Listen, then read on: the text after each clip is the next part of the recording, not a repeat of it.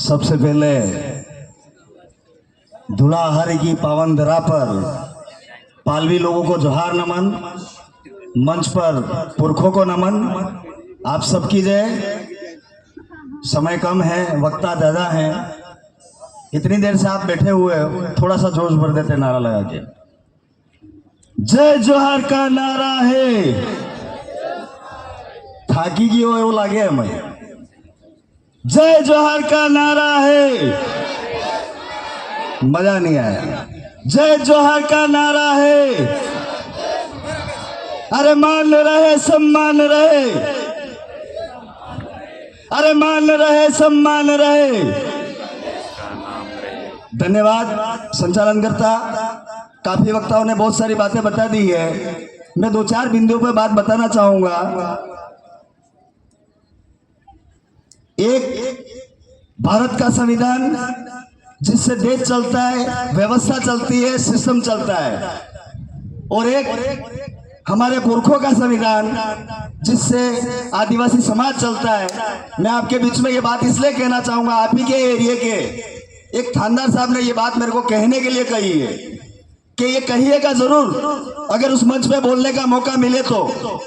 हमने हमारी व्यवस्था को तार तार कर दिया है। हम हमारी गोत्र के अंदर एक ही गोत्र में शादियां करवा रहे हैं। आज की तारीख में एक ही गोत्र की बेटा बेटी आपस में भाग जाते हैं। इस पालवी धरती पे ये कहने की जरूरत इसलिए आ पड़ी है कि वो जो गमिती व्यवस्था है, वही गमिती उनका निस्तारण करके उनको साथ रहने की इजाजत दे रहे हैं। ये हमारा बाप दादों का संविधान के साथ खिलवाड़ हो रहा है, वो आने वाले समय में हमको रोकना होगा। ये बात इस मंच के माध्यम से मैं कहना चाहता हूं।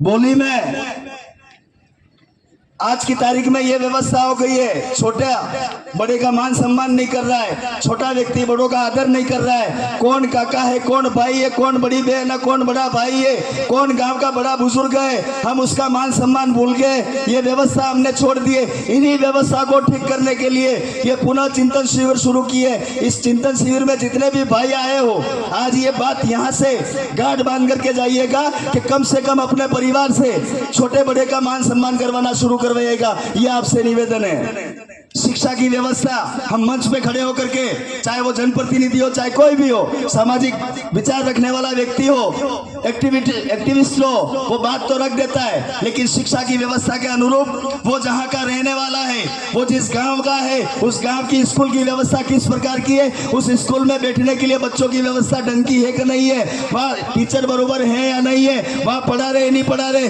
ये हम देखना ही नहीं चाहते, हम जाना ही नहीं चाहते। हम तो मात्र नेता बनना चाहते हैं। इसके अलावा हमारे पास में कोई काम नहीं रह गया है। हमारा विरोध पिछली थोड़ी देर पहले सभी भाइयों ने एक आदमी का नाम लिया। मैं नाम नहीं लूंगा क्योंकि मन्नारा होने की तैयारी में वो आदमी, ऐसा मुझे लगता है।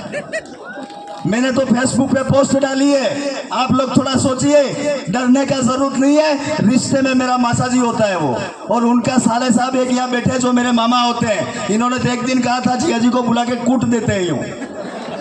मैंने कहा मामा थोड़े दिन शांति रखो, आना तो समाज की व्यवस्था पे ही है और जाजम पे ही है, जाएगा कितने दिन दूरी है। तो मैं तो ये कहना चाहता हूँ, जितना विरोध करे इतना करने दो। हम हमारे रास्ते को भटका नहीं सकते, हम हमारे विचार को आगे ले जाना चाहते हैं, इस विचार को जिंदा रखना चाहते हैं। वो अनर्गल बयान दे करके तुमको उलझाना चाहते हैं। और आने वाले समय में पंचायती राज के चुनाव आने वाले हैं, आप समझ नहीं पा रहे वो क्यों उलझा रहे हैं। आपको भटका करके जो प्रथम सीढ़ी है, उस सीढ़ी से आपको भटकाना चाह रहे हैं वो। आने वाले पंचायती राज की बात लास्ट कह करके मेरी बात को विराम दूंगा। तकरीबन 3800 ग्राम पंचायत इस शेड्यूल एरिया के अंदर है। उसमें यहाँ विधायक महोदय बैठे हुए हैं, सांसद महोदय हमारे एक जीत करके दिल्ली गए हैं, ये सब हमने बना दिए। लेकिन अधिकतम साथी जब तक उस प्रथम सीढ़ी पंचायत की, जहाँ केंद्र से 1 रुपया आता है, राज्य से 1 रुपया आता है, चाहे किसी भी व्यवस्था का पैसा आता है, वो सरपंच के खाते में, मतलब पंचायत के खाते के अंदर आता है। आप यहाँ जितने भी बैठे हो, जिस जिस गांव से आए हो ये प्रण करके जाओ। ये विचार बहुत आगे लेकर के जाना है। आपके विचार का व्यक्ति अगर पंचायत में बैठेगा तो ये विधायक, ये सांसद और ये व्यवस्था आगे चलेगी और बहुत अच्छी मजबूती मिलेगी। मैं आप सबसे निवेदन करना चाहता हूं, पुनः अपने पुरखों का मान सम्मान करिएगा, इस व्यवस्था का मान सम्मान करिएगा, इस विचार को आगे ले जाइएगा, बहन बेटी का सम्मान करिएगा, बड़ों का सम्मान करिएगा।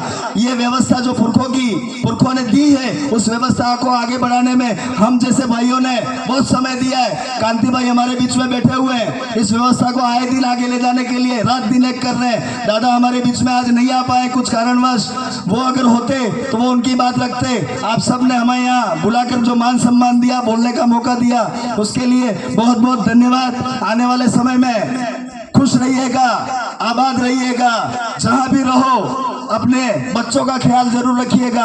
एक लास्ट मेरी बात है जो कह देना चाहता हूं, आपके जितने भी बेटे और बेटियां हैं और बेटों को जितनी महंगी महंगी मोटरसाइकिलें लेकर के दी है आप लोगों ने, वो सुबह उठ करके उस मोटरसाइकिल का जो एक्सीलेटर होता है वो इस तरीके से तेज करके जाते हैं। मुझे ऐसा लगता है कि वो कौन से ऑफिस जा रहे हैं वो समझ में नहीं आ रहा है, या विधानसभा जा रहे हैं, लोकसभा जा रहे हैं, कहाँ जा रहे हैं वो समझ में नहीं आ रहा है। इतनी तेज बाइक चलाते हैं और आपस में बाइक का एक्सीडेंट। इतना चौड़ा रोड है फिर भी बाइक से बाइक एक्सीडेंट होकर के मर रहे। मैं आप सब भाइयों से निवेदन करना चाहता हूं, अगर घर में इतनी महंगी मोटरसाइकिल ला रहे हो 4-4, 5-5 लाख की, तो कम से कम 2-2.5-3 हज़ार का एक हेलमेट जरूर ला करके देना। क्रियावरों में तो हम बोलते ही रहते हैं, लेकिन आज ये मंच मिला, इस मंच पे मैं आपसे निवेदन करना चाहता हूँ। आपने मेरी बात को सुना, पुनः आप सबका तहे दिल से शुक्रिया। आपने ये कार्यक्रम किया। आने वाले दिनों में ऐसे ही चिंतन शिविर करके हमें हमारे समाज को आगे ले जाना है। धन्यवाद। जय जोहार। एक आखिरी नारा लगवा देता हूं, जय जोहार का नारा है, अरे मान रहे सम्मान रहे, प्रदेश का नाम। धन्यवाद। धन्यवाद। जय जोहार। धन्यवाद।